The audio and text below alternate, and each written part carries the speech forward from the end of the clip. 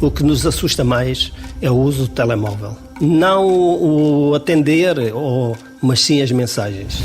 Vê-se muita gente a enviar mensagens, distraem-se com tudo aquilo. Por aquilo que eu vejo e pela vítima como já fui e por aquilo que tem acontecido a vários colegas, eu acho que pouco ligam a isso, conforme vêm, conforme continuam a sua viagem, passando-nos algumas tangentes. Não digo que seja toda a gente, poderá haver sempre quem tenha algum cuidado, mas pelo menos nas autoestradas ninguém abranda por nos ver ali parados. O primeiro drama é, efetivamente, a severidade do atropelamento. O segundo é que, mesmo que se queira colocar proteção, a colocação dessa proteção é o mesmo risco do que realizar o trabalho. O condutor sente-se mais seguro quando está numa autoestrada ou num IP, porque tem menos cruzamentos, tem menos interseções, tem aquela percepção que está mais seguro, mas nem sempre é assim. Conduz-se depressa e as pessoas só se apercebem quando avariam e estão paradas na berma da autoestrada. Só mesmo quando param é que sentem a velocidade em que os carros passam. Portugal tem 18 mil quilómetros de estradas onde diariamente trabalham muitos milhares de pessoas. Na construção, manutenção e reparação, na fiscalização e vigilância, na emergência e socorro, na limpeza e jardinagem e em todo o tipo de assistência, sobretudo mecânica. Íamos substituir uns colegas que estavam no quartel de Mar Canaveses, até que vimos um acidente. Nós parámos para auxiliar a pessoa em questão, eram 11h30 da noite, portanto a visibilidade era quase nula e nisto, acontece o acidente. Normalmente nós trabalhamos sempre de frente para o trânsito. Nós conseguimos controlar-nos a nós, não conseguimos controlar as outras pessoas, ou seja, o condutor da via. Com a sinalização colocada, batem primeiro na sinalização e nós ouvimos e já temos esse alerta. Mas, como costumamos dizer, é um olho no trabalho, o outro olho no condutor. Todas as estradas, para quem trabalha nelas, são perigosas, apesar de que numa estrada nacional, há sempre mais trânsito, mas menos velocidade, onde as pessoas têm mais tempo de se precaver e de nos ver que estamos ali, que está ali um obstáculo na via, não é? No entanto, nas autoestradas acho que o risco é maior, porque apesar de haver menos trânsito, mas a velocidade é muito maior e eles passam a qualquer velocidade. Mesmo estando nós parados a trabalhar, os carros continuam a circular à mesma velocidade, como se não houvesse nada. São choques violentos, é um obstáculo parado e praticamente é irrecuperável a viatura. Convenhamos, acho que qualquer um de nós não quer ter um carro a passar a 120 km/h, e falo naquilo que é o limite de velocidade de uma autoestrada, a menos de 2 metros do nosso corpo. É muito fácil uma distração correr mal e, portanto, quando existe na evolução dos trabalhos a necessidade de criar mais espaços e cortar mais uma faixa, essa é uma condição que nem sequer se coloca em causa. Se houver um condutor errante, se houver um condutor que invada a zona de trabalho, essa sinalização não vai ser suficiente. No conjunto da rede rodoviária nacional registram-se todos os anos mais de 130 mil acidentes, um número incalculável de avarias, milhares de trabalhos programados, desde obras de maior dimensão até outras mais pontuais e rápidas, como a manutenção técnica de semáforos ou a colocação e pintura de sinalização, mas também muitos milhares de imprevistos, como obstáculos que aparecem na via, as consequências do mau tempo, as muitas centenas de animais que são atropelados, ou até, por mais estranho que pareça, muitas dezenas de viaturas abandonadas nas bermas até das autoestradas. Esse trabalho obriga-nos a estar mesmo dentro da via, porque as viaturas, quando avariam na estrada, ficam na estrada. E se em acidentes, estão muitas vezes no meio da estrada e temos que estar com os reboques na estrada, atravessados do melhor jeito possível para carregar. Foi uma ultrapassagem com um acidente e que levou a outro acidente que levou a um outro atropelamento. Para as pessoas terem uma noção, se em qualquer momento na evolução daquilo que é o socorro a uma vítima, as condições de segurança da equipa forem colocadas em causa, os trabalhos param e até que essas condições de segurança sejam repostas, não evoluem. Isto pode parecer um bocadinho estranho, não é? Mas, e de repente deixam de prestar o socorro? Sim, deixam. Porque é efetivamente esse o treino que fazem transversalmente, sejam condutores ou não. Já tive uma situação em que estava num acidente, ia a caminhar em direção à viatura e pude ver num condutor, quase a parte da viatura, e só vejo essa pessoa a levantar os olhos do colo, possivelmente estava com o telefone, e estava com o telefone porque ela depois confirmou, e como estava muito próximo, desviou-se e veio bater na minha viatura. Sempre que os trabalhos é possível realizar pelo exterior, nós fazemos o trabalho pelo exterior, não colocando, portanto, os trabalhadores sujeitos ao risco de atropelamento. Depois existe grande parte dos trabalhos são feitos com supressão de berma, quer pelo trabalho em si, quer pela necessidade do parqueamento de viaturas e outros equipamentos. Depois temos o mais complexo, que é os cortes de via, e sim aumenta substancialmente o risco de atropelamento. Há muita avaria, principalmente com viaturas pesadas, mais com pneus, porque recolhemos dezenas por dia de cascos de pneus. Trabalhar nas estradas constitui um risco permanente. Todos os anos há notícia da morte de alguns destes profissionais. Ferimentos, por vezes muito graves, em dezenas de outros, e um número infindável de sustos que ficam para a vida. A velocidade e a distração são as principais ameaças, os atropelamentos e as colisões as principais consequências. Há vários casos de colegas nossos com sustos, outros infelizmente não estão cá para dar o seu testemunho porque foram fatais, não é? Mas em várias empresas e vários colegas, todos nós já tivemos um episódio ou outro destas situações, porque de facto trabalhar na estrada tem o seu risco e todos estamos sujeitos a ele. Nós não conseguimos controlar o condutor. Costumo dizer que não conheço mais nenhuma atividade que seja assim. Nós colocamos a sinalização, mas não sabemos qual vai ser a reação do condutor. Existe um risco muito maior para nós e nós temos que salvaguardar a nossa integridade física, a integridade física dos terceiros, das pessoas em caso de acidente das sinistradas, noutro caso qualquer que seja uma fiscalização. Temos que também garantir, como é óbvio, a segurança das pessoas que estão a ser fiscalizadas e garantir também a segurança das pessoas que estão a circular. Apesar das evidências, não há dados concretos sobre este tipo de sinistralidade. A tentativa de os recolher com rigor esbarra em várias dificuldades, a começar do desconhecimento ou desinteresse das entidades responsáveis por estes trabalhadores. A Infraestruturas de Portugal, por exemplo, gestora de mais de 80% das estradas nacionais, diz não ter dados sobre este tipo de acidentes. Lembra que parte significativa dos trabalhos que realiza são subcontratados e reconhece que não tem este tipo de informação, nem interna nem externa. A Autoridade Nacional de Segurança Rodoviária também não consegue isolar este tipo de acidentes entre todos os que costuma explicar em pormenor. E o mesmo acontece com a Autoridade para as Condições do Trabalho, cujas estatísticas nada ajudam a perceber a questão em causa. Já a segunda maior concessionária do país, a Brisa, gestora de mais de 1.600 quilómetros, essa nem sequer respondeu às perguntas. Seja porque a subcontratação dispersa os números e a responsabilidade de cada um, seja por causa da dúvida sobre como devem ser classificados estes acidentes, se de trabalho ou rodoviários e de que setor de atividade, seja até pela forma como os processos são geridos pelas seguradoras, a verdade é que ninguém sabe ao certo quantos destes trabalhadores são vítimas no seu local de trabalho. Tínhamos montado um corte de via esquerdo para fazer uma reparação, com sinalização toda adequada e ainda reforçada com viatura de assistência atrás, e eis que vem uma viatura, entra pelo corte de via dentro. Eu só tive tempo de puxar o nosso colega para mim, ficámos encostados ao separador central e o carro passou por nós, mesmo rentinho a nós, e levou tudo na frente.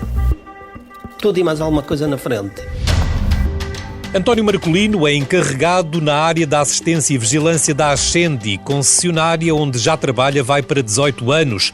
Na primeira pessoa, histórias como estas não lhe faltam. Fui fazer umas medições a um painel, tinha a minha viatura balizada, saí da viatura e passei para o outro lado das guardas de segurança, o que normalmente vocês chamam rails.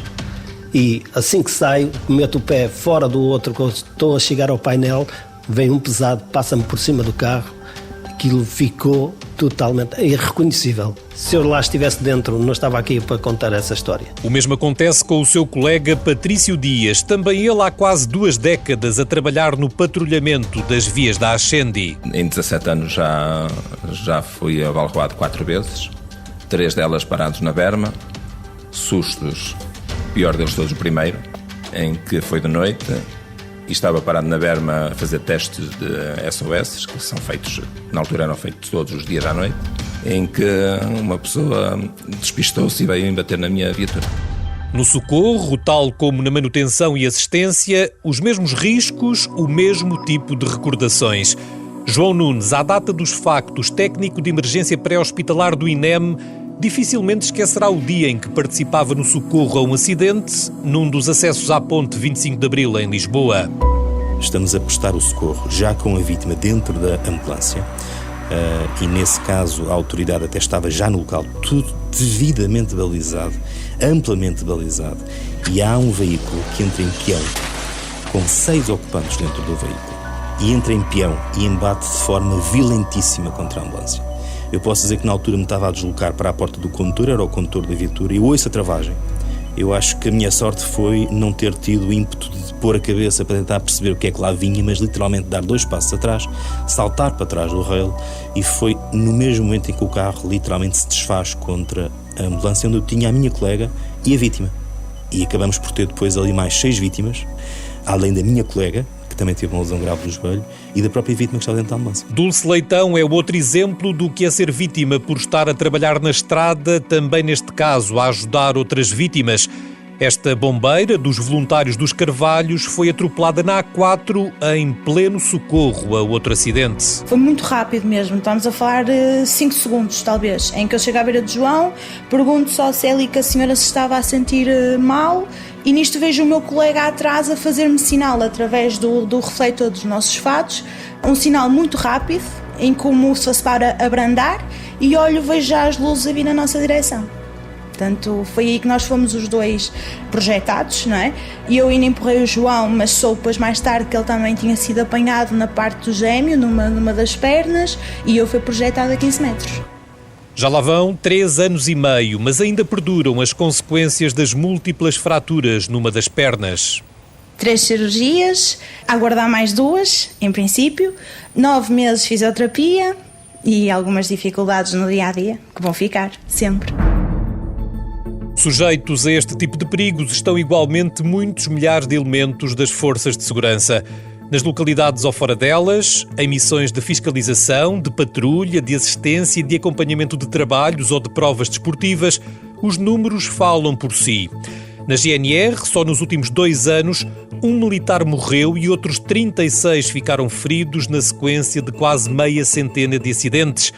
A maior parte foram colisões, mais de 20, também 13 atropelamentos e uma dezena de despistes. Na PSP, resultados muito semelhantes. Nos últimos 6 anos, 95 polícias ficaram feridos em acidentes com estas características, numa média de 16 por ano.